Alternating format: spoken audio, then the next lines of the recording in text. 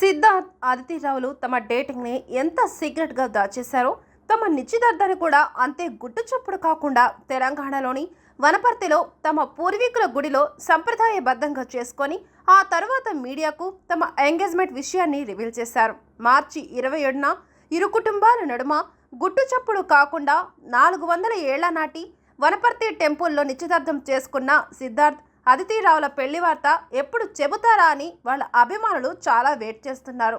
గత వారం ఐఫోన్ 16 లాంచ్లో సందడి చేసిన ఈ జంట పెళ్లి విషయంలో అందరూ ఇంట్రెస్ట్గా ఎదురు చూస్తున్నారు.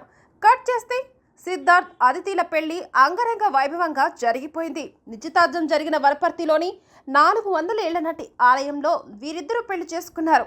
వీరి వివాహం సౌత్ ఇండియన్ సంప్రదాయ పద్ధతిలో జరిగినట్లుగా తెలుస్తుంది.